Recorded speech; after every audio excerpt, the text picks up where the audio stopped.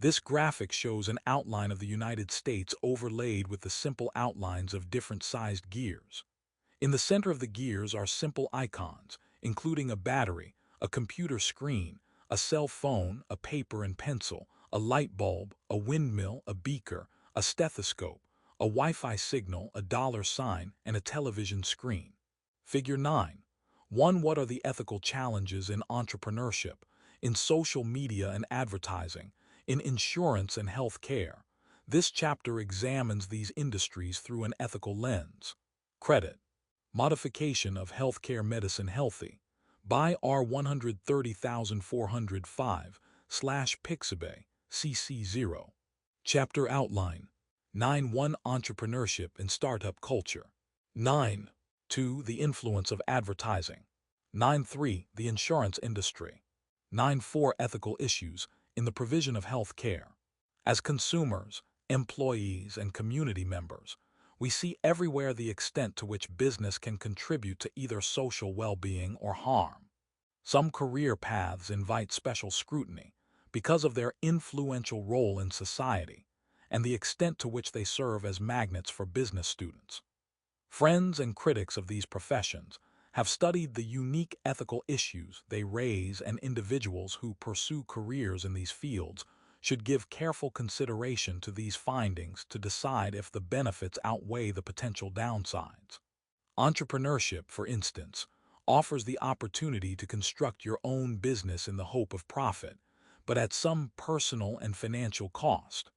Are the potential gains being overplayed when, in fact, most entrepreneurial businesses fail? Advertising is the driver of sales, but are its claims honest and its delivery platforms, including social media, acting in good faith? Do they exert undue or biased influence on the gullible and the young? Insurance is necessary, but what is the proper and ethical role of property insurers? For example, in the face of increasingly dangerous natural disasters. Health care in the United States is extraordinarily expensive, especially compared with that in other industrialized nations, and access is too often limited to those with means. Should quality health care be a right for all rather than a privilege for the few? Learning objectives. By the end of this section, you will be able to identify ethical challenges relating to entrepreneurial startups, describe positive and negative effects of growth in a startup, discuss the role of the founder in instilling an ethical culture. An entrepreneur is a business leader willing to risk starting a new company and offering a product or service he or she hopes will be sustainable and permit the firm to prosper. The entrepreneur may have to find the money required for this venture and typically draws on business experience gained by working for others first. Entrepreneurship often requires hard work, but the potential for economic payoff and career satisfaction appeals to many. The risks of entrepreneurship. Although the risk of failure associated with starting a business is real and even high, we hear much in the media about success stories and little about those entrepreneurs who crash and burn.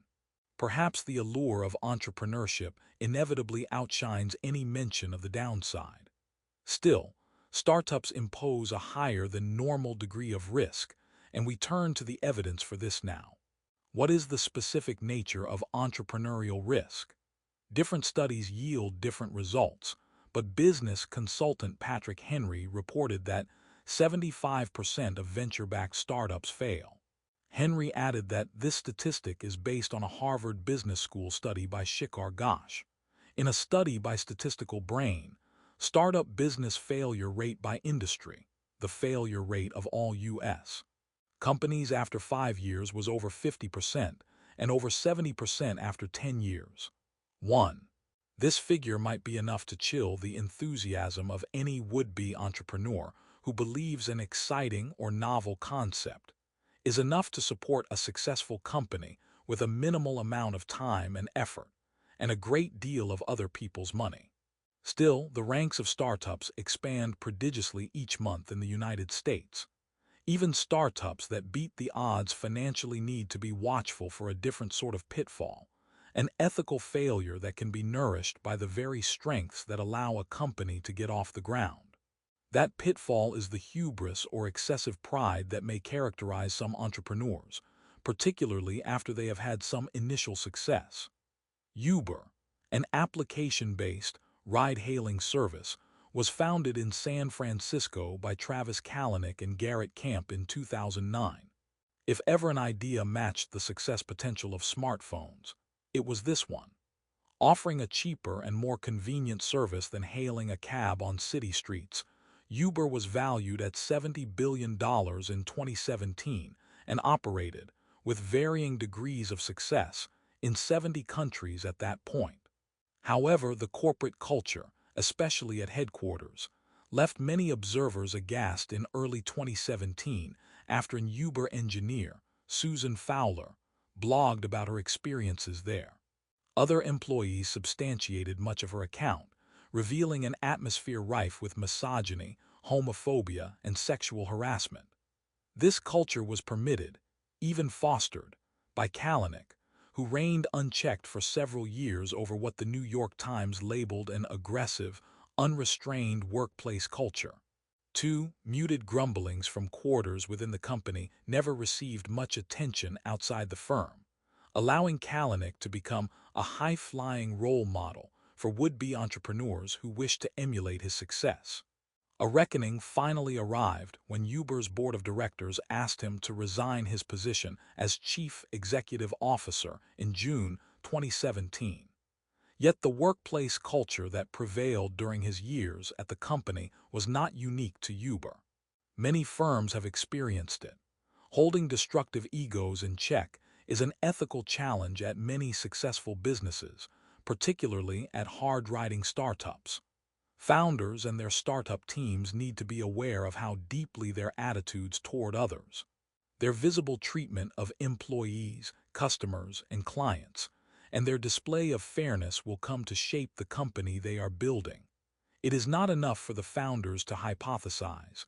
We'll get around to establishing the right protocols after we're solvent. Nor is it adequate to insist that standards of courteous business practice will naturally emerge on their own.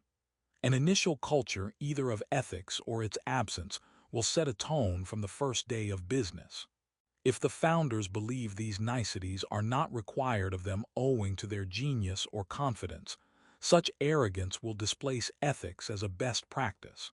To believe otherwise is self-deception. Why successful startups change as they grow. A legendary example of a startup that still inspires many today is the Hewlett-Packard Corporation, HP. Its origins lie in the efforts of Bill Hewlett and David Packard, two Stanford University classmates in the 1930s. Much like members of a garage band, they started their company in a real garage, and the firm has outgrown its humble beginnings many times over. Figure 9.2. This image shows a small wooden garage in a backyard. Figure 9.2. Hewlett-Packard has restored the original garage in Palo Alto, California, in which its two co-founders, Bill Hewlett and David Packard, former Stanford University classmates, began work in 1938 on the electrical switches and sound oscillators that became their new company's first products. Credit, HP Garage in Silicon Valley, by MGA 73.2/Wikimedia Commons, CC by 20. Startups are exciting. Many of their founders, like the late Steve Jobs of Apple, attain near rock star status, and the companies can generate enormous profit. They allow many to do what they have always wanted to do and be their own bosses.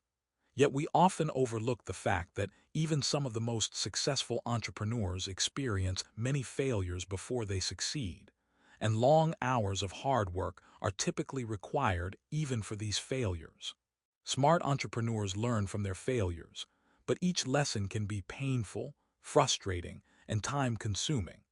A unique personality is required to weather the stresses and strains of a startup, and it is a personality that tolerates much personal deprivation as it pursues the perceived highest goal of all, success for the firm, no matter what personal or collective costs might be entailed.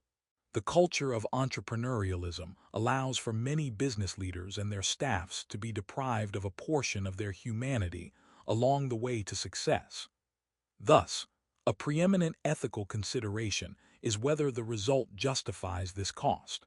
At the very least, determined entrepreneurs must be advised of these possible sacrifices. They constitute the collateral damage of entrepreneurial dreams that any ambitious startup founder should contemplate. Will one emerge at the end of the process as the sort of person one most wishes to be? Even if a startup becomes what its founders wish it to be, astronomically successful, inevitably it will change as it grows, acquires new locations, and hires more employees.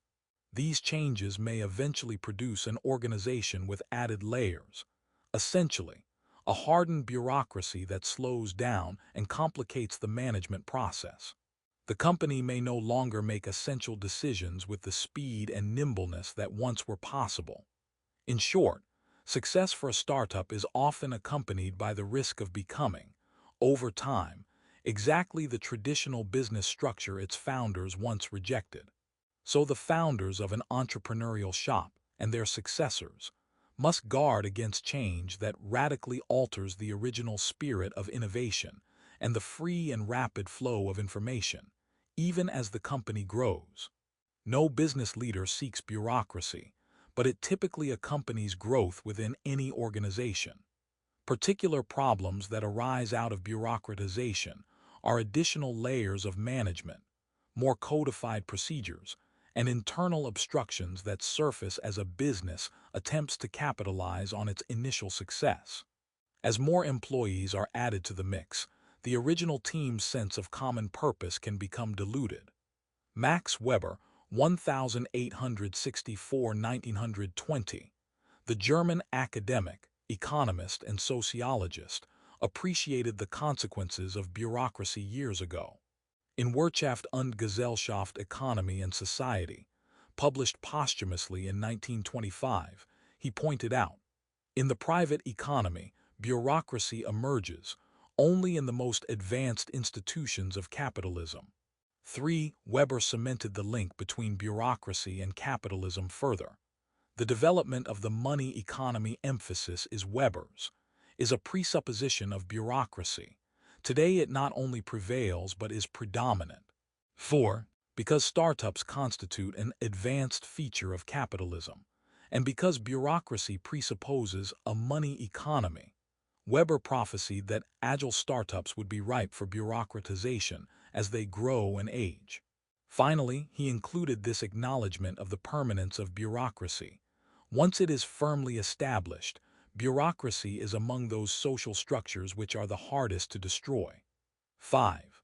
More recently, Michael A. Lutzker confirmed Weber's testimony on the inevitability of bureaucracy. The administrative function has of course been a pervasive element of all societies, ancient, medieval, and modern, but Weber was among the first to recognize the distinctive character of bureaucracy in the modern era. 6. Simply put, the very same success that permits a startup to flourish often produces bureaucratic structures that chip away at the free-flowing camaraderie that allowed a handful of founders to act instantly and with one mind. As the staff expands, employees' ranks become more defined, titles and hierarchies appear, and individual achievements become harder to spot. This is what changes within a successful startup, and it moves the company away from the more congenial atmosphere that characterized it at its outset. An original small partnership often becomes a corporate behemoth, and it takes on many of the attributes of those cubicle workplaces that frequently inspired its founders to strike out on their own in the first place. All the better, then, if ethical practices that permit coworkers to bond as colleagues with a sense of commitment to each other and to their customers or clients emerge through a company's trial-and-error experience at the outset. Only if the founders and initial staff emphasize treating all stakeholders with honesty, courtesy, and respect will the new firm stand a chance of indelibly cementing ethics into its operating matrix. Entrepreneurial culture. A fairly common characteristic of successful startups is charismatic, driven founders with take-no-prisoner competitive mentalities. as was illustrated earlier in this chapter in the example of Kalanick and the leadership values at Uber. After all, it takes a thick skin and powerful ego to get through the inevitable disappointments that confront a startup leader. Often, however, even when these self-assured personalities evade the most egregious behavior of a Kalanick, they still remain very difficult for others to abide. Many companies discover that a different leadership ethos is necessary as they grow. Could entrepreneurs still succeed if they also embraced a humanistic leadership style at the outset? Or would this invariably undermine the already low initial odds of success? It is a difficult problem with which many firms wrestle. Dedicated employees may be put off by demanding leaders who are harsh, giving little back to loyal workers even after achieving success. New employees may decide the working climate is less congenial than they anticipated and simply leave. This turnstile effect of workers voting on management with their feet constitutes an ethical judgment of repugnant leadership at the top. Linked to learning. Although no single set of traits identifies the ideal startup leader, a demanding, driven nature is a fairly common characteristic. Consider these brief profiles of entrepreneurs. First, a profile on Walt Disney, and then a profile on Steve Jobs, as well as this video showing a contrasting view from Carrie Laird at Vodafone. After watching the videos, consider this thought experiment. Suppose the cult of the charismatic, but dogmatic, entrepreneurial leader such as Walt Disney or Steve Jobs were replaced with one steeped in a commitment to employee empowerment that Carrie Laird claims for Vodafone. Could this change the culture at startups? If it could, do you believe that change would be for the better or worse? These observations identify what may be unique to entrepreneurial culture. This is a combination of personality and management style, often identified with those business leaders who strike out on their own, bring a startup to life, and shape its initial business practices and culture on the job. If the enterprise is successful, the principles and philosophy of the founder become enshrined in the lore of the company, so that long after his or her departure, succeeding leaders find themselves beholden to the management philosophy exemplified from the early days of the firm. 7. As you seek the right leadership style to implement on the job, begin by asking precisely what kind of leader you would prefer to work for if you were not the boss. The answer you provide may very well be the best model to follow as you develop your own leadership personality, whether it is at a startup or a more established company. The first employees of a startup realize what is at stake as the company tiptoes into new entrepreneurial waters. The founder may be the boss, but those associated with him or her sense a collaborative spirit that directly joins them to the founder as well as each other. There can be a genuine fraternity among those who have been with the firm since day one or shortly thereafter. Founding members of an entrepreneurial business are also often willing to undergo the strains and rigors attached to a startup in return for an ownership stake in the company that allows them to profit handsomely from its later growth and success. Newer staff, however, may not share this mindset. They may simply be seeking a secure position with a growing business rather than a chance to get in on the ground floor of a risky startup. They will not necessarily have the tolerance for the demanding hours, chaos, and abrasive personalities that can characterize the early days of an enterprise. Can entrepreneurial founders shape a company's culture so it can accommodate talented employees who are looking for a corporate culture that supports some work-life balance? Consider also the ethical practices of an entrepreneur and the ethical expectations of employees. Suppose that one of the distinguishing features woven into the fabric of the startup is the respect extended to customers or clients. An entrepreneur typically promises always to hold customers in the highest regard, never lie to them, and serve them well. Furthermore, suppose this entrepreneur successfully instills this same ethos among all employees from the outset. Respect for customers is intended to become a distinguishing feature of the business. Even if it causes monetary loss to the company, this entrepreneur will not cheat a client or misrepresent the company's services. Finally, presume that this ethos is embedded into the culture of the company while it is still in startup mode. Now, and literally against the odds, suppose the company becomes successful. This may signal the hardest time of all for the entrepreneur. Growth often accompanies success, and growth means, among other things, more employees. Not all these new hires will be as committed to the same degree of responsibility for customers. They will not necessarily set out to cheat clients, but they might lack the founder's enthusiasm for the most honorable treatment of customers. How can an entrepreneur ensure that the initial commitment carries over to the second generation of leadership? He or she cannot simply order it to happen. Human nature usually does not respond so easily. So entrepreneurs must do their best to ensure that their version of customer service, one that prioritizes respect for clients, is passed along to new employees. It may be ingrained in the longest-serving employees, but it must be nurtured to the point where it has the same significance for the newest hires. This is where leadership mettle is tested to the severest degree. Cases from the real world. Growing up with a startup. In the summer of 1970, a college senior named Paul Orfalia opened a store near the University of California, Santa Barbara campus. He called it Kinko's, after his own nickname, and with his partners, he sold college school supplies and around-the-clock copying services for students. After 25 years, Kinko's had grown to 1,200 stores and 23,000 employees, and Orfalia privately and lucratively sold it to FedEx. Over the many years that Orfalia ran his startup, his business became amazingly profitable, but also imposed enormous stress on him and his founding partners and coworkers. As he put it, "I don't hide the fact that I have a problem with anger." Since selling the company, Orfalia has spent many years mending relationships with those who worked most closely with him while he was building it.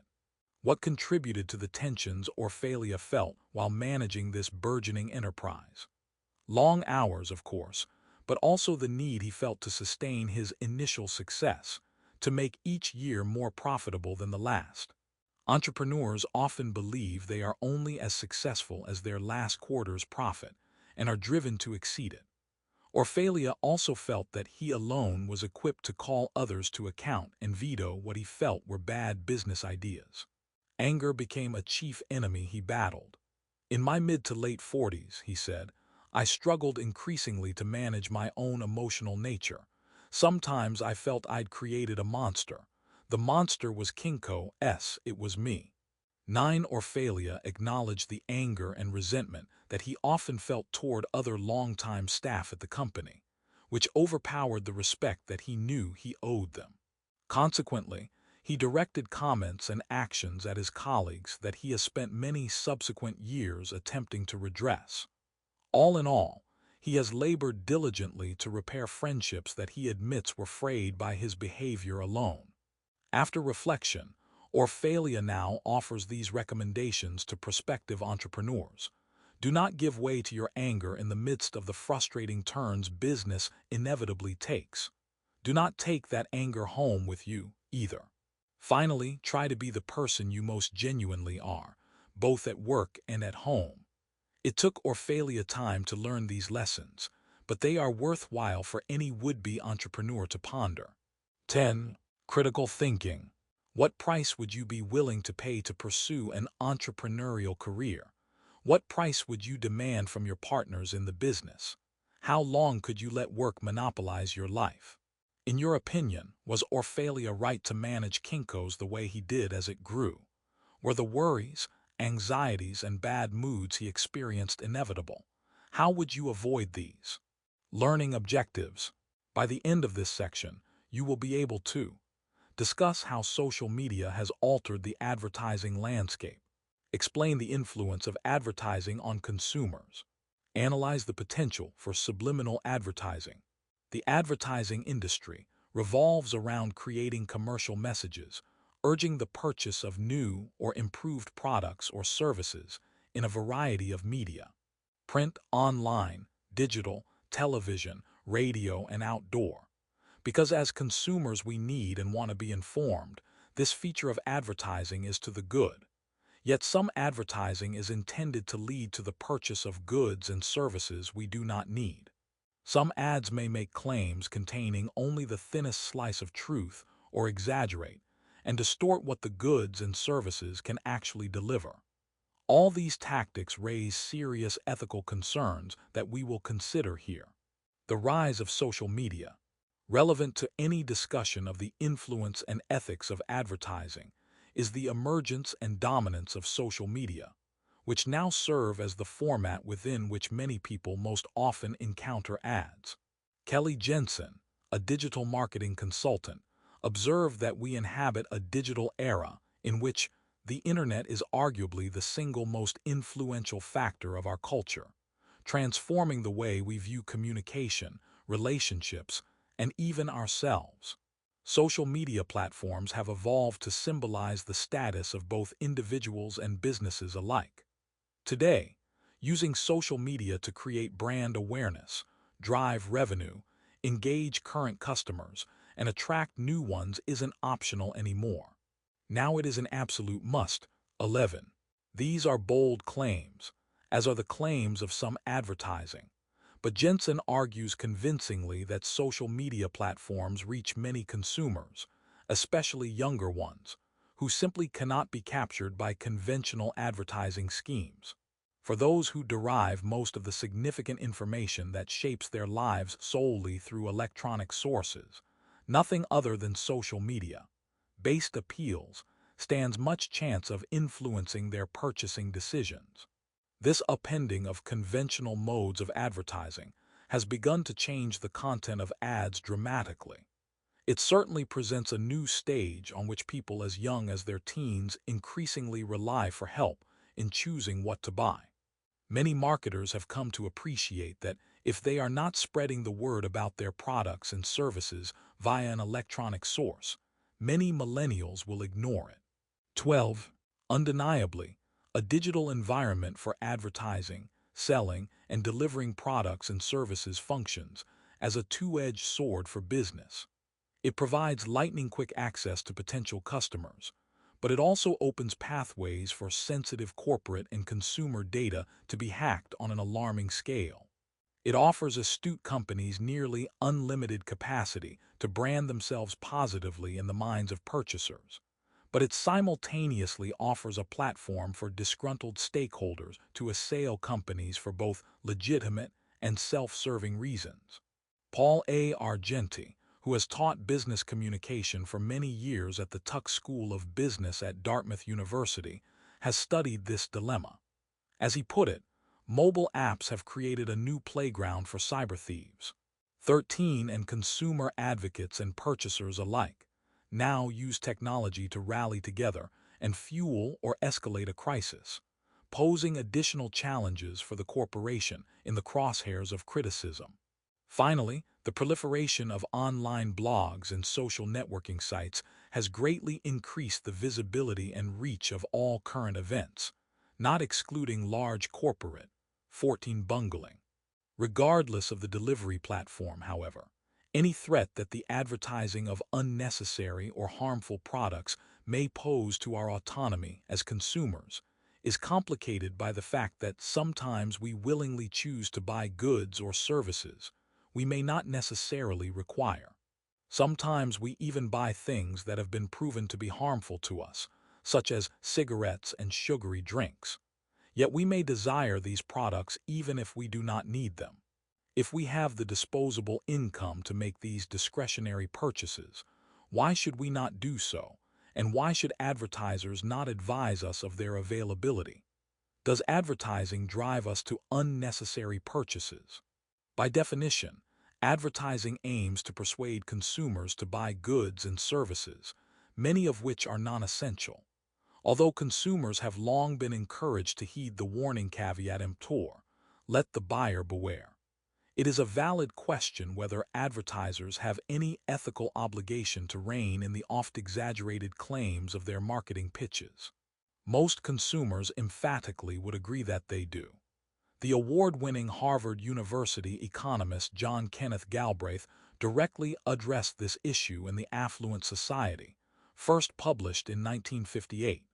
In what he depicted as the dependence effect, Galbraith bemoaned the power of corporations to harness wide-ranging advertising strategies, marketing efforts, and sales pitches to influence consumer purchasing decisions. 15. He asked whether it is possible for a sophisticated advertising campaign to create a demand for a product whose benefits are frivolous at best. If so, is there anything inherently wrong with that? Or are informed consumers themselves responsible for resisting tempting, though misleading, advertising claims and exercising their own best judgment about whether to buy a product that might be successful, not because it deserves to be, but simply because of the marketing hype behind it?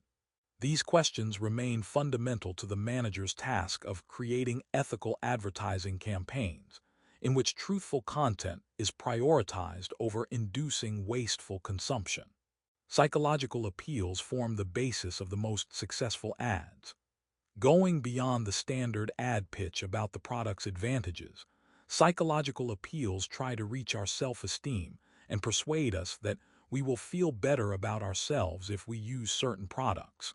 If advertising frames the purchase of a popular toy as the act of a loving parent rather than an extravagance, for instance, consumers may buy it not because their child needs it, but because it makes them feel good about what generous parents they are.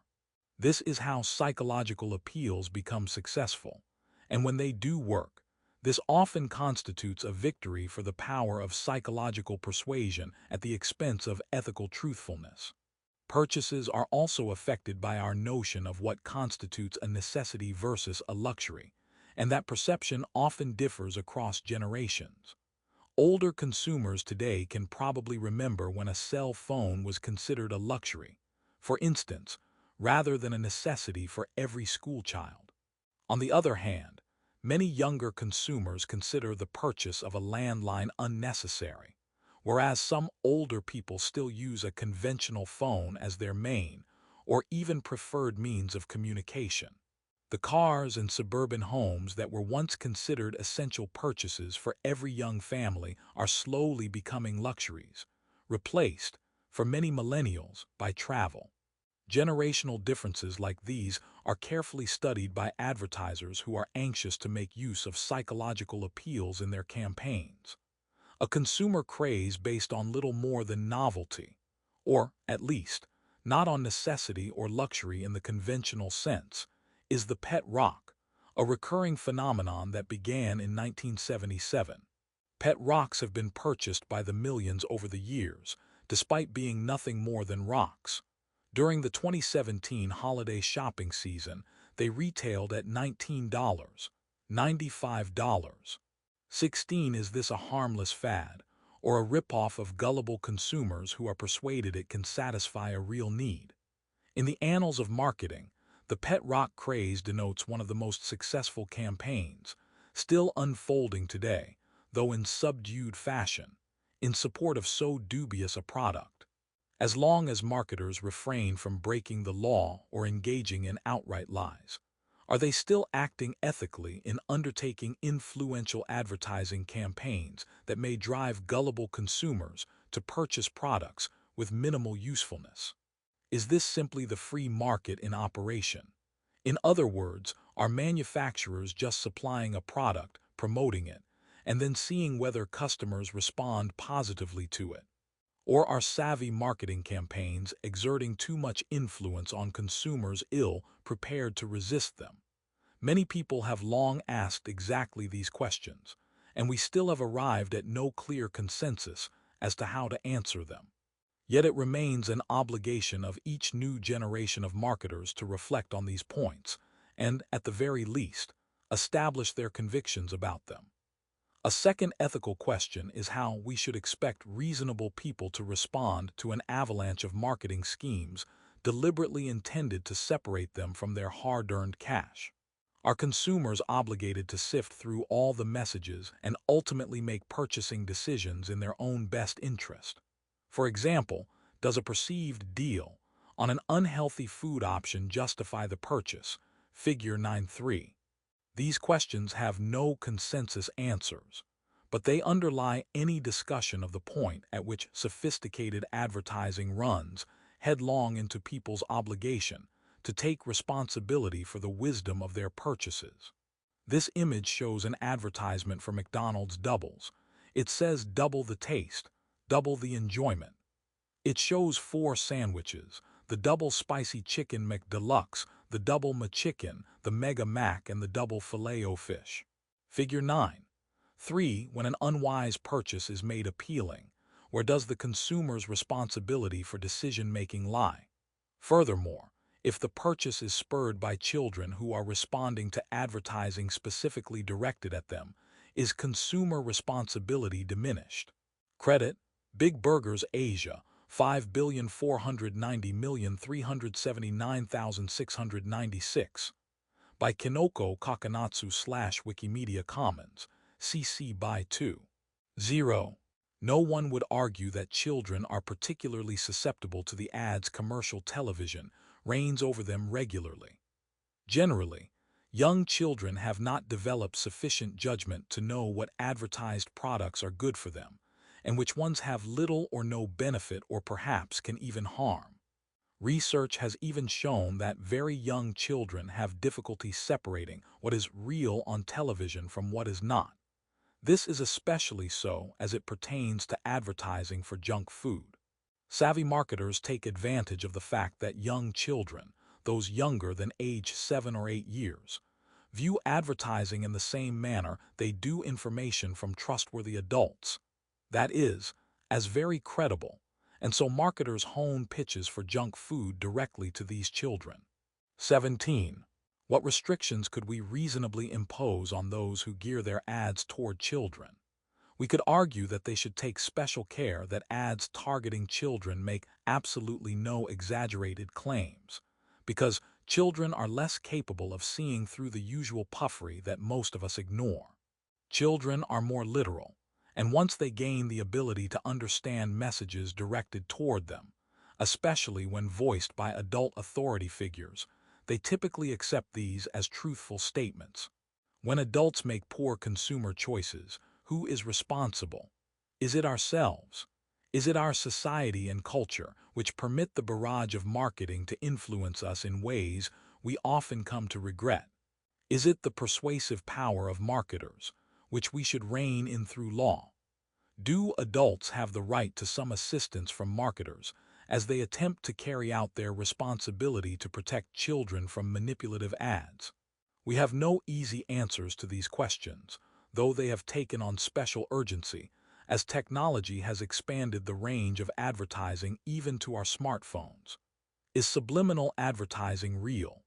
It may be possible for marketing to be unfairly persuasive in ways that overwhelm the better judgment of consumers. Whether it is the consumer's responsibility to resist or marketers to tone down their appeals or both will continue to be debated. Yet the question of where responsibility lies when consumers are steered to make choices certainly has ethical ramifications. Some psychologists and educational specialists claim that the very old and the very young are particularly ill prepared to exercise good judgment in the face of subliminal advertising. That is, embedded words or images that allegedly reach us only beneath the level of our consciousness. Other experts, however, disagree and insist that subliminal advertising is an urban myth that no current technology could create or sustain. A U.S. journalist, Vance Packard, published The Hidden Persuaders in 1957, contending that subliminal messaging had already been introduced into some U.S. cinemas to sell more refreshments at the theater's snack bars. Alarms sounded at the prospect, but it turned out that any data on which Packard was relying came from James Vickery, a U.S. market researcher who insisted he had engineered the feat in a cinema in New Jersey. No other substantiation was provided, and Vickery's claim was eventually dismissed as self-promotion, which he seemed to concede in an interview 5 years later.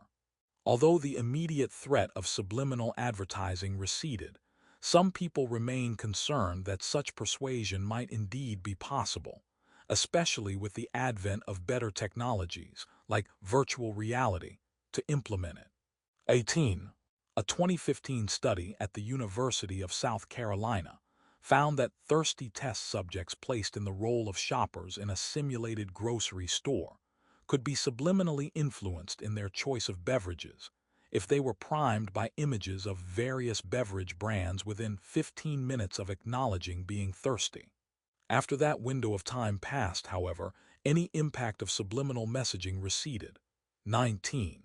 So the scientific evidence establishing any real phenomenon of subliminal advertising is inconclusive.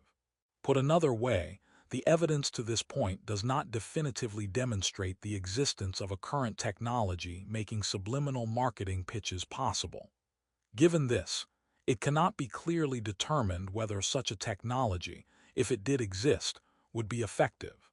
Another question is whether virtual reality and augmented reality might eventually make subliminal advertising viable.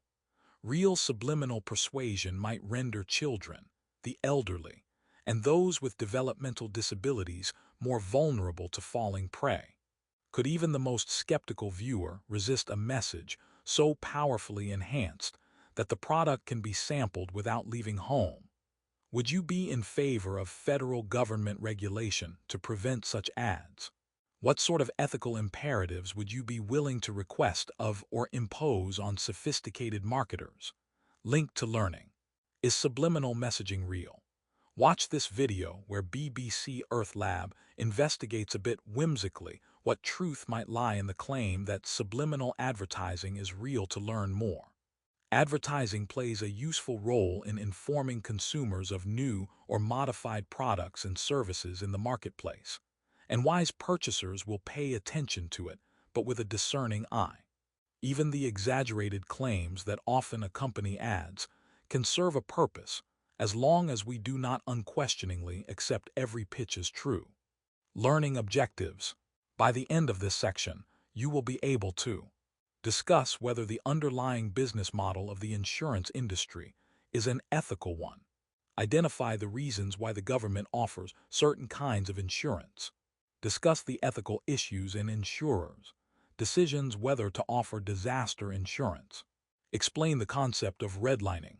Although the concept of insurance dates back to antiquity, the insurance industry as a profession came of age in the 17th century, when maritime trade in valuable commodities like coffee, tea, cocoa, sugar, and silk became an immense industry, but one fraught with uncertainty. Merchants sought a means to limit their financial losses in the event their cargoes were lost at sea. In England, merchants and shippers gathered together in associations, or syndicates, to distribute the risk of loss as evenly as possible. For a fee, individual merchants and ships, owners in these syndicates could buy insurance, essentially the right to be financially compensated by the syndicate's fund for their loss if their shipments or vessels sank. The first such association of traders and shippers began at Samuel Lloyd's Coffee House on Tower Street near the River Thames in 1688. This was the origin of the huge insurance market now known as Lloyd's of London 20, and from these early forms of group insurance sprang the profession as it exists today.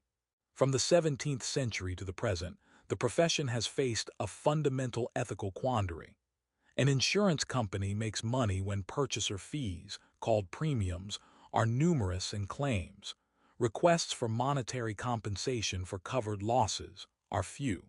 But the reality is that accidents occur, whether they take the form of shipping losses, vehicular collisions, or home or business fires. So insurance carriers set customer premiums at a high enough rate to compensate themselves with a baseline profit when claims for compensation arise. The ethical question then is what constitutes a reasonable profit. The way the industry defines reasonable is directly reflected in the premiums it sets, which also take into account actuarial and statistical calculations of the historic frequency of the occurrence of various claims. How insurance works. The irony of insurance coverage of any sort is that we buy it hoping never to use it. Still, business and consumers alike appreciate that a catastrophic loss can be financially devastating, and so they seek to protect against it.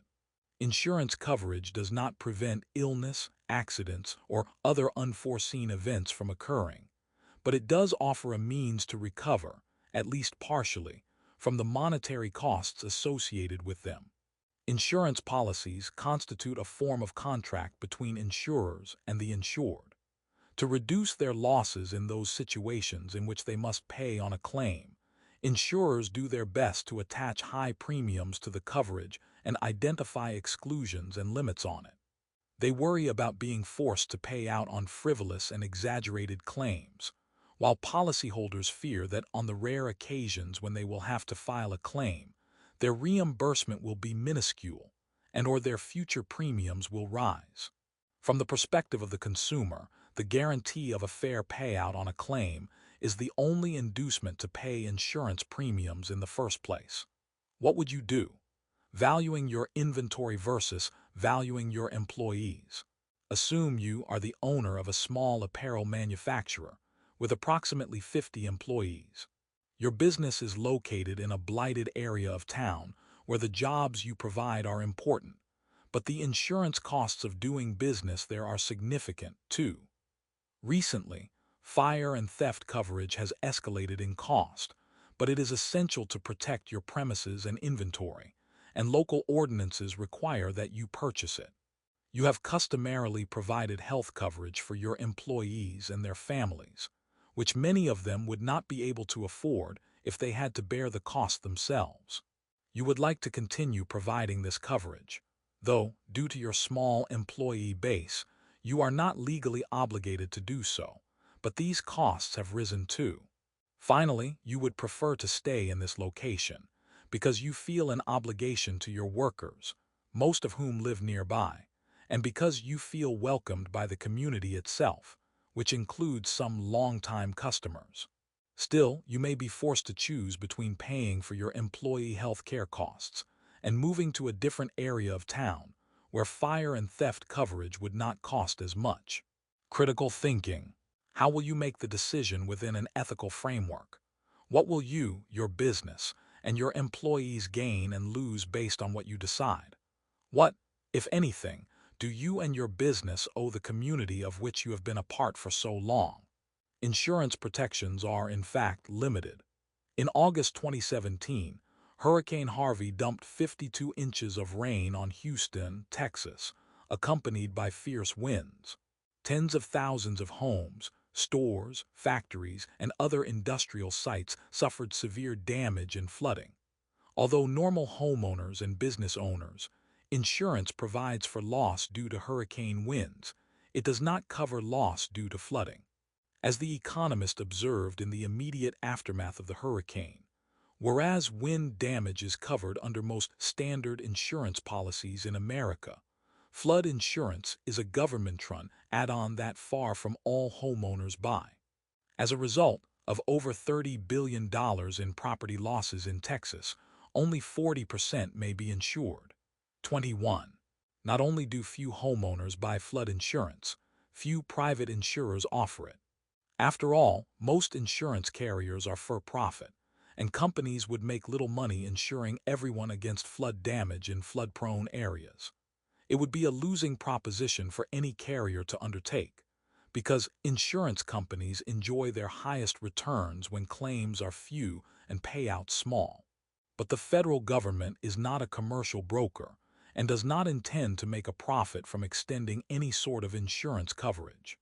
For that reason, the National Flood Insurance Act of 1968 established a way to dispense flood coverage through a federal agency. Today, that supervising agency is the Federal Emergency Management Authority, FEMA, in partnership with the Department of Homeland Security, Figure 9.4. As of August 2017, just before Harvey struck, Some 5 million households had taken out FEMA-sponsored flood coverage. 22. This graphic shows the logo for the National Flood Insurance Program. It has the outline of 3 houses with wavy lines below them to represent water. Below the lines, it says National Flood Insurance Program. Figure 9. 4. The National Flood Insurance Program in the United States is part of the Federal Emergency Management Agency, FEMA. Credit: modification of National Flood Insurance Program 50th Anniversary logo, white background, by FEMA/FEMA. Gov. Public Domain. Link to learning. Consumers' criticisms of the insurance industry are not limited to the United States. They pose an international issue for the profession. Read this Sydney Morning Herald article that explores the causes of controversy that haunt insurance carriers in Australia to learn more. Principally, they center on the lengths to which insurers might go to disallow a claim and so dispose of their obligation to pay out on it, at least according to some consumer watchdogs. The California Earthquake Authority serves a similar function at the state level by managing privately funded insurance against earthquakes in California. The private brokers in the program make no profit from offering this coverage, but they do earn the right to offer and profit from other insurance in California. The ethical dilemma of insuring against natural disasters. We do not know with certainty what effect climate change will have on the incidence or severity of natural disasters, i.e., accidents that do not appear to have any direct human cause. We do know, however, that these events can be ruinously expensive for the carriers that insure against them and for those who suffer them and must put their lives back together afterward. Business writer Don Jergler said, for example, that climate change has created a wildfire crisis in California, which in turn is causing a fire insurance predicament. California Insurance Commissioner Dave Jones warned in December 2017, after a particularly disastrous fire season in California, that insurers may start to back off writing insurance in some areas of the state. And this would pose a crisis for homeowners who consequently lost insurance protection against losses caused by wildfires. 23. In Canada, too, environmental risks linked to climate change are becoming important issues for insurers who need to consider their response to related risks and climate-related losses, whether arising from weather-related events such as flood and storms or liability risks from third-party claims. 24. When insurance carriers must pay claim holders more often on claims arising from natural disasters, they lose money at a rate that could make them less willing to underwrite similar policies in the future. This unwillingness, in turn, would deny coverage against these disasters to an increasing number of individuals and companies. The high cost of disaster claims and subsequent shrinking of policy offerings are losses first experienced by the insurance industry, but they have rapid and dire consequences for policyholders. Again, we come to the ethical conundrum as to what we might fairly expect from insurance carriers and from clients who seek to indemnify themselves against natural disasters. In regions where certain kinds of disasters are more likely to occur, is it reasonable to dictate that carriers still must provide coverage? If so, should we consider extending public subsidies to the carriers to protect them against catastrophic payouts? Should premiums be assigned on the basis of the incidence patterns and severity of risk associated with particular disasters in certain regions? With these questions, we return to the ethical consideration of what constitutes a reasonable profit for carriers and what premium policy holders ought to be charged for sufficient coverage. The United States does not have the strong tradition of private-public ownership of industries, such as petroleum extraction or air travel, that some other nations do. 25. Essentially, private-public ownership is an arrangement in which private industry and public government monies are combined to more safely bear an industry's risk and also share in its profit. It is often a successful partnership. When we consider the scale of loss that can result from natural disasters and the extent of the public's need for protection from such loss, insurance may be a U.S. industry in which private-public ownership of some policies would be appropriate. The National Flood Insurance Program and the California Earthquake Authority are rare examples of public agencies managing insurance coverage that private insurers have declined to provide because the potential for profit is too low. Whether partnerships like this can and should be expanded, and whether they can be funded from federal and state budgets, are ethical questions for federal and state governments and policyholders alike. Cases from the real world. What does the future hold for the insurance industry? Many insurance carriers enjoy a robust business. As an example, United Health Group Incorporated, headquartered in Minnesota, had about $185 million in sales in 2017 and employed approximately 230,000 people. Still, as an industry report from the business research company Hoover's established, insurers of all stripes, health or auto or property or anything else, face two major hurdles. First, they are increasingly subject to a large number of regulations and reporting requirements by states. Consequently, some insurers have withdrawn from states that impose burdensome requirements. Second, large-scale claims have become more common, creating problematic concentrations of risk for individual insurers. And some risks can be large enough to drive insurers out of business or cause them to curtail services offered, increase rates, or leave states where risk is highest. 26. Thus, profits can be high within the industry, but so can payouts in the aftermath of major catastrophes. The report goes on to say that floods, hurricanes, and tornadoes produce the riskiest economic circumstances for the industry. Consequently, states in which these weather events are more common, Alabama, Florida, and North Carolina, have seen some carriers cease business operations within them. 27. Critical thinking. In selecting coverage and setting prices, how does an insurance company choose the ethical balance between making a reasonable profit and risking catastrophic losses of its own? Should the law require that carriers offer property insurance in states where harsh natural disasters occur? Or should federal and state monies be used to subsidize insurance companies' resources in these circumstances? In each case, why or why not? Redlining, discrimination in insurance. A specific ethical challenge within the insurance profession is the tendency to engage in redlining.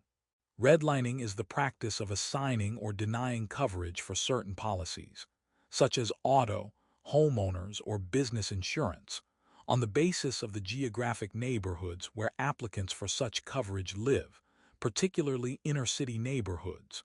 A variation on the practice is to charge considerably higher prices for the same coverage in different neighborhoods. Redlining assumes that the propensity for accidents, burglaries, fires, and other catastrophes is higher in some areas than others, so claims and costs will be higher for the insurance carrier. At first glance, this practice appears to make economic sense from the perspective of both the insurer and the insured. Looking beneath the surface, however, reveals that redline neighborhoods are often areas where racial and ethnic minorities live. No insurance carrier ever admits to engaging in discriminatory redlining. The term refers to an older practice by which insurance companies marked certain neighborhoods in red on print copies of coverage maps. Nearly every state in the United States forbids the practice. Yet a comprehensive 2017 study by Consumer Reports and ProPublica, a nonprofit research organization, indicated the phenomenon may remain very much a reality.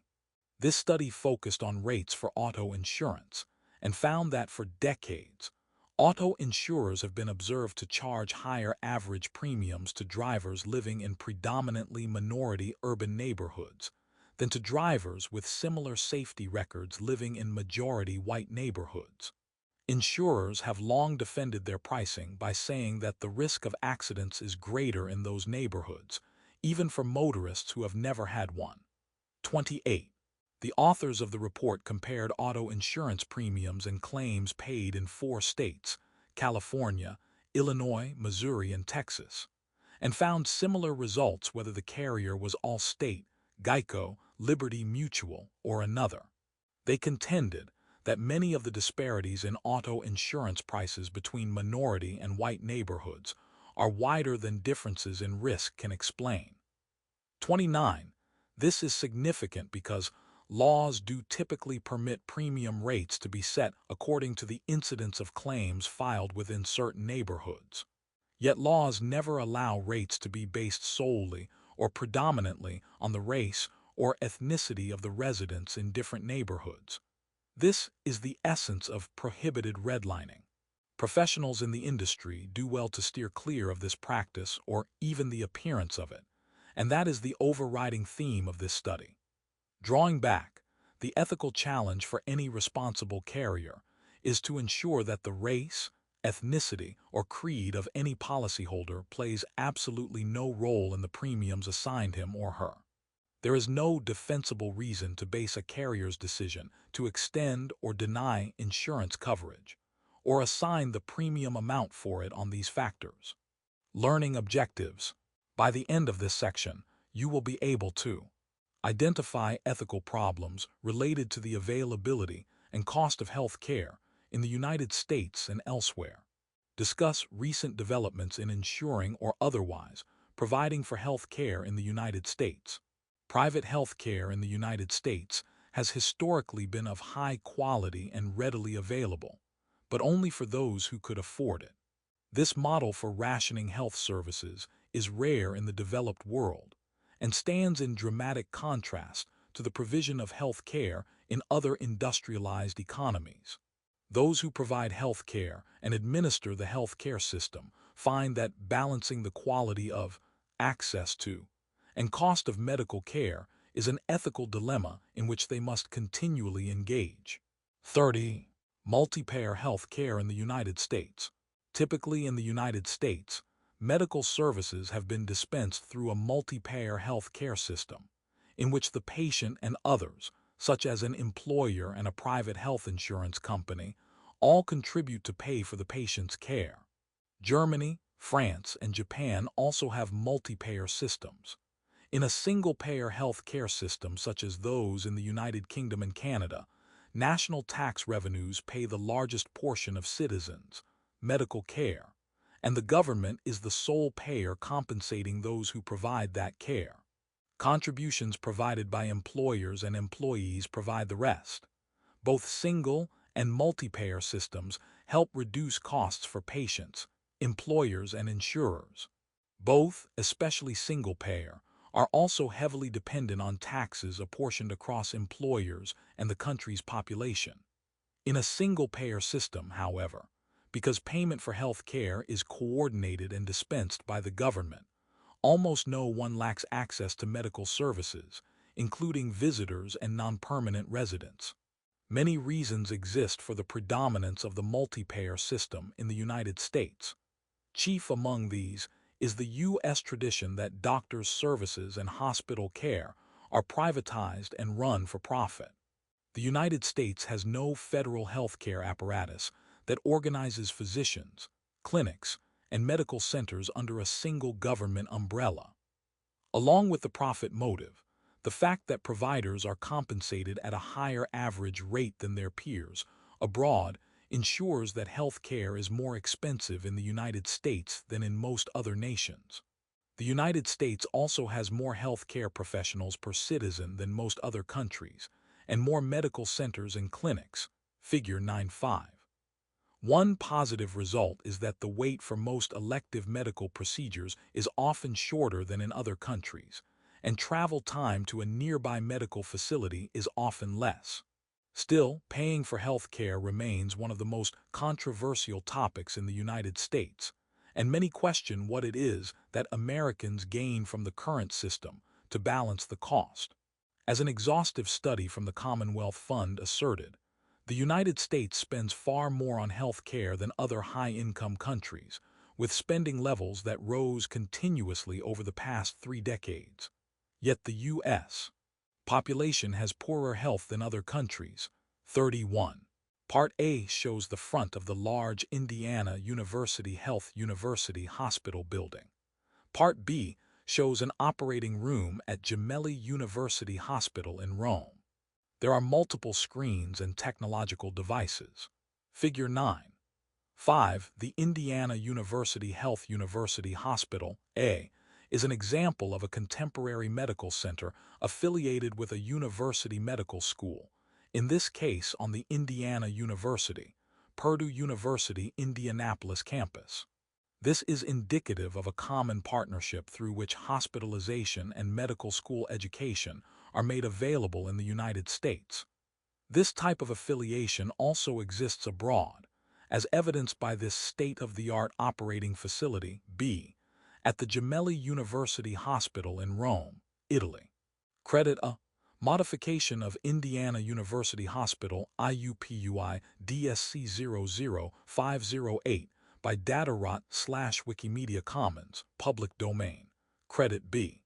Modification of Hybrid Operating Room for Cardiovascular Surgery at Gemelli Hospital in Rome by Pfrey 2014/Wikimedia Commons, CC0. Besides its inefficiencies, the state of U.S. healthcare raises challenging ethical issues for professionals in the field and for patients as well. What happens if many poorer people cannot afford health care? Should doctors treat them anyway? Who is qualified to receive subsidized, insured health care? In the absence of universal health care, which is generally insured elsewhere by a single-payer system that entitles everyone to receive care at very low cost, can the United States truly boast of being the richest nation on earth? Put another way, when the least materially advantaged in a country do not have access to quality health care, what is the worth such a nation patently is assigning to those human beings residing within it? Supporters of the status quo for health care in the United States may point to state-of-the-art facilities as evidence of its success. Yet other nations, such as Australia, the United Kingdom, and the Netherlands, have equal levels of medical technologies available for patients and are given much more favorable marks for universal health insurance and accessibility by the Commonwealth Fund. The high cost of prescription drugs. Discussions of healthcare accessibility have become politically charged, so for now it is enough to observe that not only is medical care enormously expensive in the United States, but so are prescription drugs. According to William B. Schultz, an attorney writing in the Washington Post in 2017, in the past 35 years, the only significant victory in the battle to control drug prices has been the enactment of legislation that established the generic drug program at the FDA, Federal Drug Administration. Otherwise, he stated, prescription drug prices account for 17% of the nation's healthcare costs, up from 7% in the 1990s. And prescription drug spending accounts for nearly 20% of total program spending for Medicare, the largest of the governmental healthcare programs. 32. Schultz is not entirely impartial. He is a partner in a law firm that represents generic drug providers, among other clients. Link to learning. The New York Times asked its readers to relay their experiences as purchasers of prescribed medicines that they thought carried much too high a price tag. This article on some of the reader responses to drug prices was reported by two journalists at the paper, Katie Thomas and Charles Ornstein. The only way to recoup the enormous cost of developing new drugs, says the pharmaceutical industry, is to pass it along to consumers. Critics, on the other hand, assert that much of the expense incurred within the industry results from the high cost of marketing new drugs. Wherever the truth lies in this debate, it remains that exorbitant prices for much-needed medicines dramatically reduce their social value when only a few individuals can actually afford to obtain them. What does it say of our priorities if we have the technology to create life-saving medicines, but allow astronomical prices effectively to deny them to many patients who require them? Paying for health care and wellness. Within the multi-payer system, Many U.S. workers have traditionally looked to their employers or their unions to subsidize the cost of care and thereby make it available for them and their families. Many reasons explain why this is so. In contrast to the European and Canadian perspective, for example, in which both the state and employers are presumed to have an interest in and responsibility for underwriting the cost of health care, the traditional U.S. approach is that workers and their employers should be responsible for securing this coverage. This belief reflects an unease on the part of some about assigning services to the government, because this implies the need for a larger governing entity as well as additional taxes to sustain it. The sentiment also reflects a conviction on the part of some that self-reliance is always to be preferred when securing the necessities of life. John E. Murray, a professor of economics at the University of Toledo, offered a related explanation. He cited the existence of industrial sickness funds in the United States, which arose in the late 19th and early 20th centuries. These were monies organized by workers through their employer or union that provided the rudiments of health insurance, principally consisting of paid sick leave, to a large minority of the industrial workforce of the late 19th and early 20th centuries. 33 Murray stated that these funds declined in popularity, not because they were ineptly administered or rendered bankrupt by World War I or the Great Depression, but rather because they gave way to even more effective instruments in the form of group insurance policies offered by employers or labor unions. So the U.S. workers' experience differed from that of European labor, in that much significant health care coverage was provided under the auspices of unions and employers rather than the state. Murray noted another source of relief for workers who experienced illness or injury that prevented them from working for any period of time, and that was charity. 34 specific versions of charity were offered by religious organizations, including Christian churches and Jewish synagogues. Often, these religious bodies banded together to provide monetary benefits for sick or injured members of their own faith who might otherwise have been denied health coverage due to prejudice. 35. The U.S. social experience featured more ethnic and cultural diversity, especially in the 19th and early 20th centuries, than was present in many European nations, and a downside is the racial, ethnic, and religious prejudice it inspired. A final distinction Murray pointed to is the past opposition of the American Medical Association to any sort of state-sponsored insurance. Early supporters of industrial sickness funds, including some physicians, anticipated that most doctors would support these funds as pathways ultimately directed to state-provided coverage.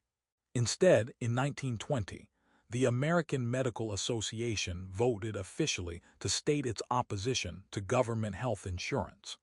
A sociologist concluded that from this time to the 1960s, physicians were the loudest opponents of government insurance.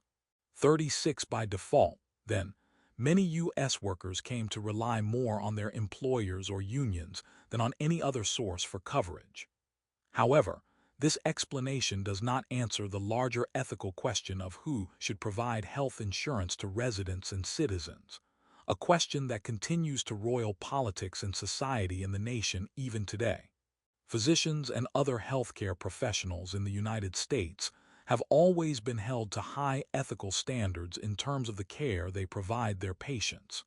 In fact, the American Medical Association first proposed a code of medical ethics in 1847, its founding year.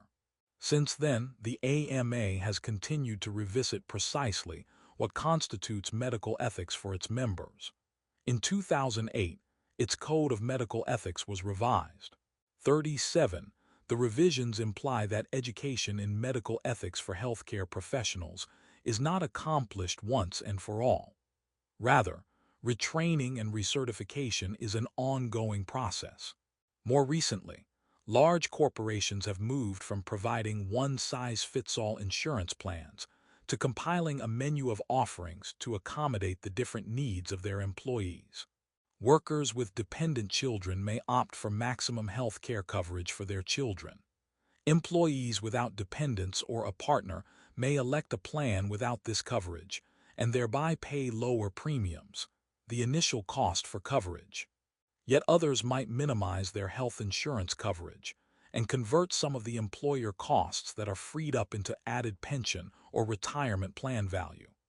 Employers and workers have become creative in tailoring benefit plans that best suit the needs of employees. Figure 9. 6.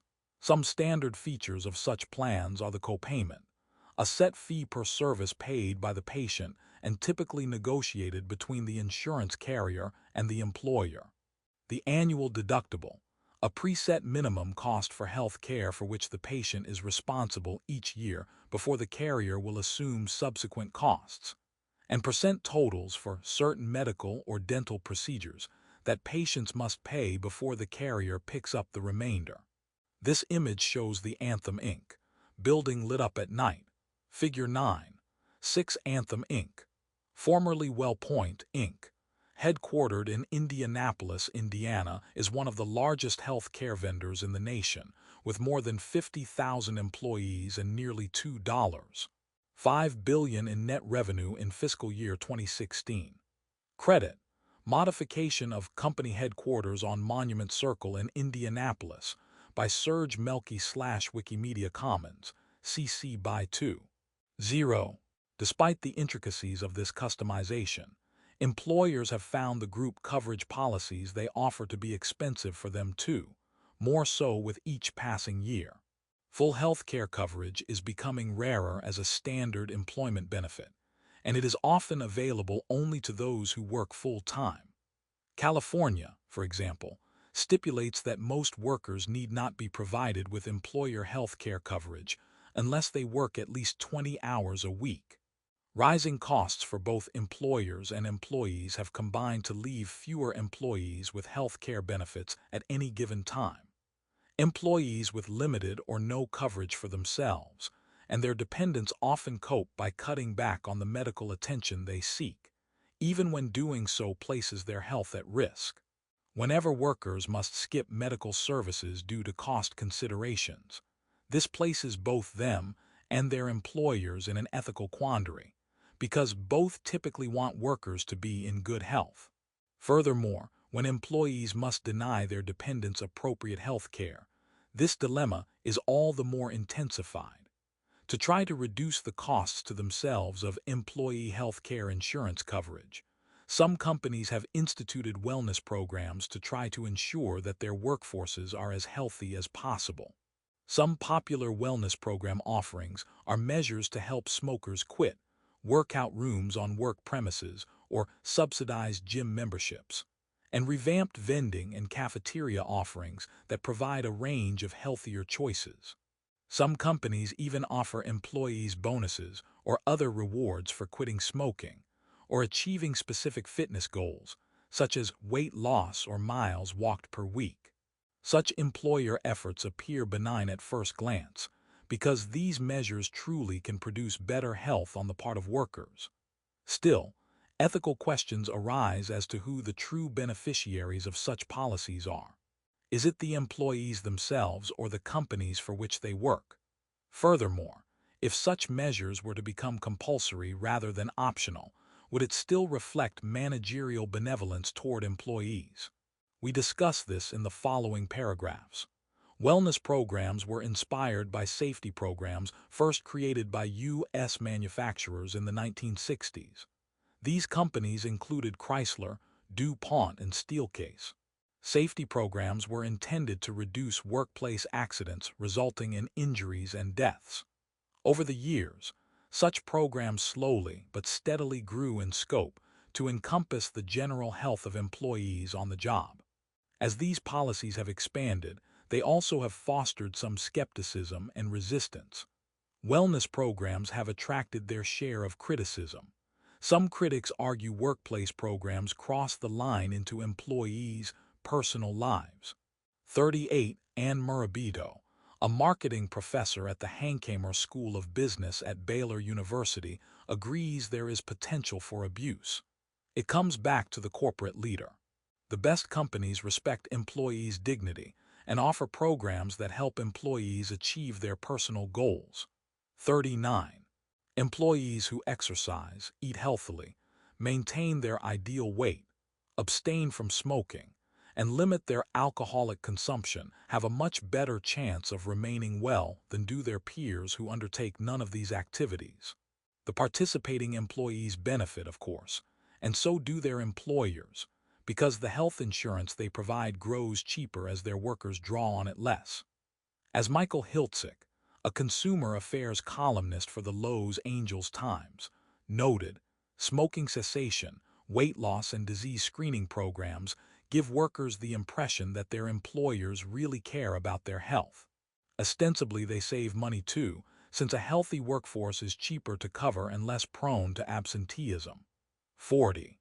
Certainly, employers are also serving their own interests by trying to reduce the cost of insuring their workers. But are there any actual disadvantages for employees of such wellness programs that employers might unethically exploit? Hiltzik suggested one. The dark downside is that voluntary wellness programs also give employers a window into their workers' health profiles that is otherwise an illegal invasion of their privacy. 41. Thus, the health histories of workers become more transparent to their bosses, and Hiltzik and others worry this previously confidential information could allow managers to act with bias in employee evaluation and promotion decisions.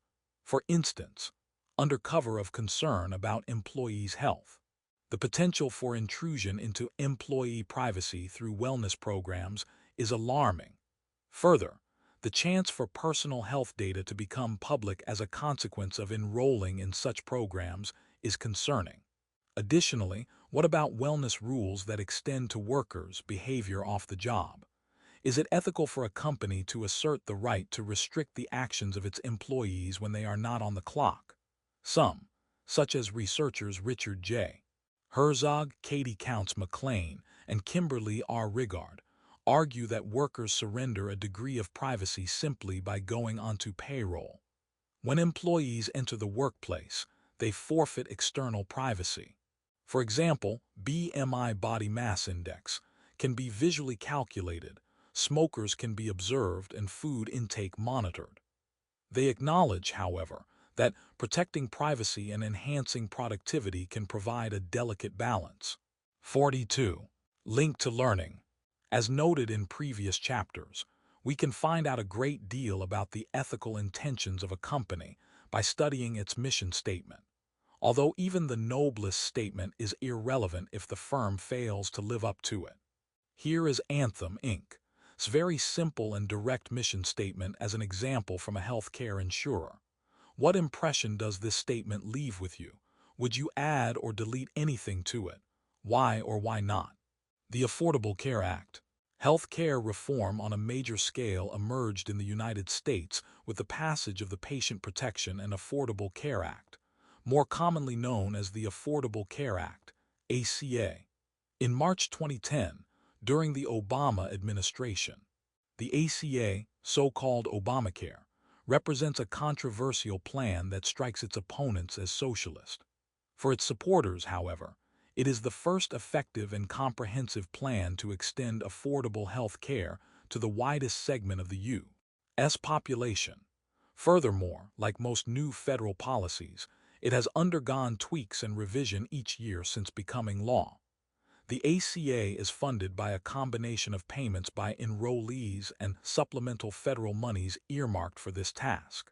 The ACA mandates a certain level of preventive care, a choice of physicians and health care facilities, coverage at no extra cost for individuals with pre-existing health conditions, protection against the cancellation of coverage solely on the basis of becoming ill, and mental health and substance abuse treatment, all of which must be met by carriers that participate in the plan. The ACA also permits its holders to select from a number of marketplace plans, as opposed to the limited number of plans typically offered by any given employer. 43. All in all, It is a far-reaching and complex plan whose full implications for employers and their employees have yet to be appreciated. Preliminary results seem to indicate that employer-provided coverage on a comprehensive scale remains a cheaper alternative for those workers eligible to receive it. 44. Given the general efficiency of group insurance policies provided by U.S. employers, an ethical issue for all managers is whether these policies offer the best care for the greatest number of employees, and so should be the responsibility of management to offer whenever it is possible to do so. Current law requires all companies employing 50 or more workers to make insurance available to that part of their workforce that qualifies for such coverage, e.g., by virtue of hours worked. Is it right, however, to leave the employees of smaller firms to their own devices in securing health care? Even if the law does not require it, we hold that an ethical obligation resides with small businesses to do everything in their power to provide this coverage for their employees. Evidence of the intense debate the act has engendered is the Trump administration's attempts, beginning in January 2017, to repeal the ACA entirely, or at least to dilute significantly many of its provisions. Nearly immediately upon his inauguration, President Trump signed Executive Order 13,765 in anticipation of ending the ACA. Also that same month, the American Health Care Act was introduced in the House of Representatives, again with an eye to eliminating or seriously weakening the existing act. Much political debate within both the House and Senate ensued in 2017, with proponents of the ACA seeking to ensure its survival and opponents attempting, but, as of this writing, failing, to repeal it. The ACA represents the first far-reaching health care coverage to take effect since 1965, after many stalled or otherwise frustrated attempts. Since the passage that year of the Medicare and Medicaid Act, which provided health coverage to retired, elderly, and indigent citizens, many presidential administrations, Democrat and Republican alike, have worked to enlarge health care coverage for different segments of the national population. In addition to expanding eligibility for benefits, the Medicare and Medicaid Act had direct implications for business proprietors and their employees. For one, the Act set up new automatic earnings deductions and tax schedules for workers and employers were made responsible for administering these plans, which help fund the program's benefits. The future of the ACA appears to depend on whether a Democrat or Republican sits in the White House, and which party controls the Senate and the House in the U.S. Congress. Although legislation does hinge on the political sentiments of the president and the majority party in Congress, what is ethical does not lend itself to a majority vote. So regardless of whether the ACA survives, is revised, or is replaced entirely by new health care legislation, the provision of health care will likely continue to pose ethical implications for U.S. business and the workers who are employed by it. The ethical debate over universal health care coverage is larger even than business and its employees, of course, but it still carries immense consequences for management and labor irrespective of how the ACA or other legislation fares in the halls of government and the courts. An ethical dilemma for employers is the extent to which they should make health coverage available to their workers at affordable rates, particularly if federal and state government plans provide little or no coverage for residents, and the costs of employer-provided coverage continues to climb. State-level experiments with single-payer health care plans. Against the backdrop of federal attempts to institute national health care over the past several decades, some individual states in the United States have used their own resources to advance this issue by proposing mandated health care coverage for their citizens. For example, in April 2006, Massachusetts passed an act providing access to affordable, quality, accountable health care, the first significant effort at the state level to ensure near-universal health care coverage. The Massachusetts Act created a state agency, the Commonwealth Health Insurance Connector Authority, to administer the extension of health care coverage to Massachusetts residents. In many ways, it served as the most significant precursor of and guide for the federal ACA, which would follow approximately 4 years later. By many accounts, the Massachusetts legislation has achieved its purposes with few negative consequences. As Brian C. Mooney, reporting in the Boston Globe, put it about 5 years after the Act's passage, a detailed Globe examination of the implementation of the Act makes it clear that while there have been some stumbles, and some elements of the effort merit a grade of incomplete, the overhaul, after 5 years, worked as well as or better than expected. 45. The proposed Healthy California Act, SB 562, is another example. SB 562 passed in the California State Senate in June 2017. However, the Speaker of the Assembly, the lower house of the legislature, blocked a hearing of the bill at that time, and a hearing is necessary for the bill to advance to ratification. A new effort was initiated in February 2018 to permit the bill finally to be considered by the lower house. Two differences between the California bill and the Massachusetts Act include the number of state residents who would be affected. Massachusetts has a population of about 7 million compared to California's nearly 40 million. A second distinction is that SB 562 constitutes a single-payer plan, whereas the Massachusetts Act does not. Single-payer health care plans essentially concentrate both the administration of and payment for health care within one entity, such as a state agency. California's effort is a very simple plan on its face but complex in its implementation. Here is how Michael Hiltzik summarized the intent of California Senate Bill 562. The program would take over responsibility for almost all medical spending in the state, including federal programs such as Medicare and Medicaid, employer-sponsored health plans, and Affordable Care Act plans.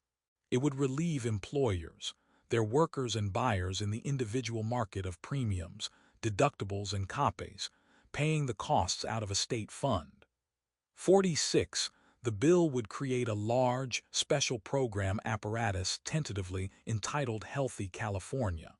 It is contentious on many fronts, particularly in that it would create the largest single-payer health insurance plan sponsored by a U.S. state, and the scope of the plan would necessitate a huge bureaucracy to administer it as well as an infusion of state monies to sustain it. Furthermore, it would extend health care coverage to all residents of the state, including undocumented immigrants. A specific hurdle to passage of Healthy California is that it would cost anywhere from $370 billion to $400 billion, and would require federal waivers so California could assume the administration of Medicare and Medicaid in the state, as well as the federal funds currently allotted to it.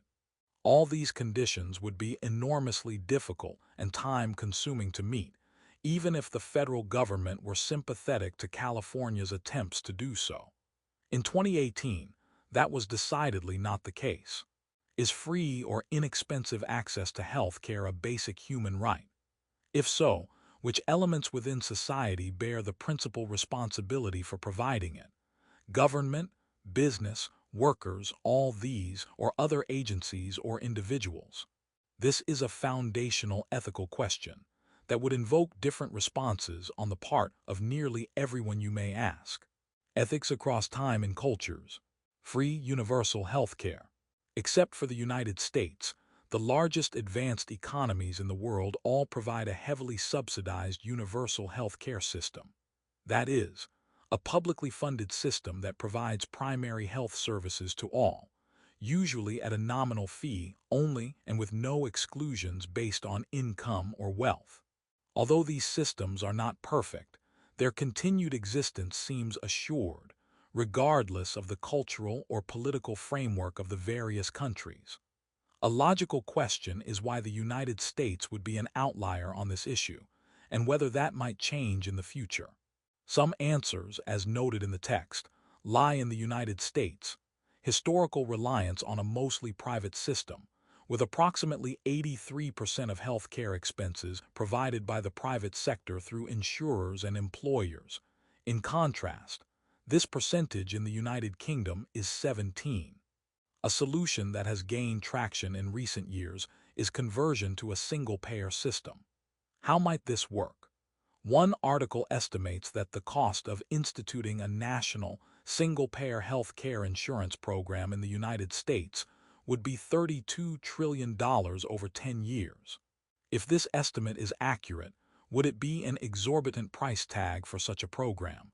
Or would it be money well spent in terms of making good health care available to all citizens? 47. Critical thinking.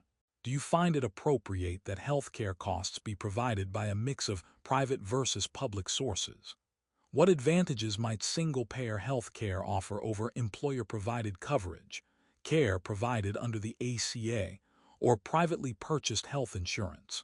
As a nation, the United States has usually preferred a system predicated on private health care providers and insurers to pay for it. This arrangement has worked best in instituting high-quality care with minimal delays, even for elective medical procedures. It has systematically failed, however, in establishing any sort of universal dispensation that is affordable for many citizens. In the early 21st century, the United States is moving ever so slowly, and with plenty of hiccups towards some degree of national or state management of health care. Precisely where these efforts will take us may not be clear for the next several years. The political, economic, and ethical dimensions of public management of our health care drive considerable controversy and very little agreement.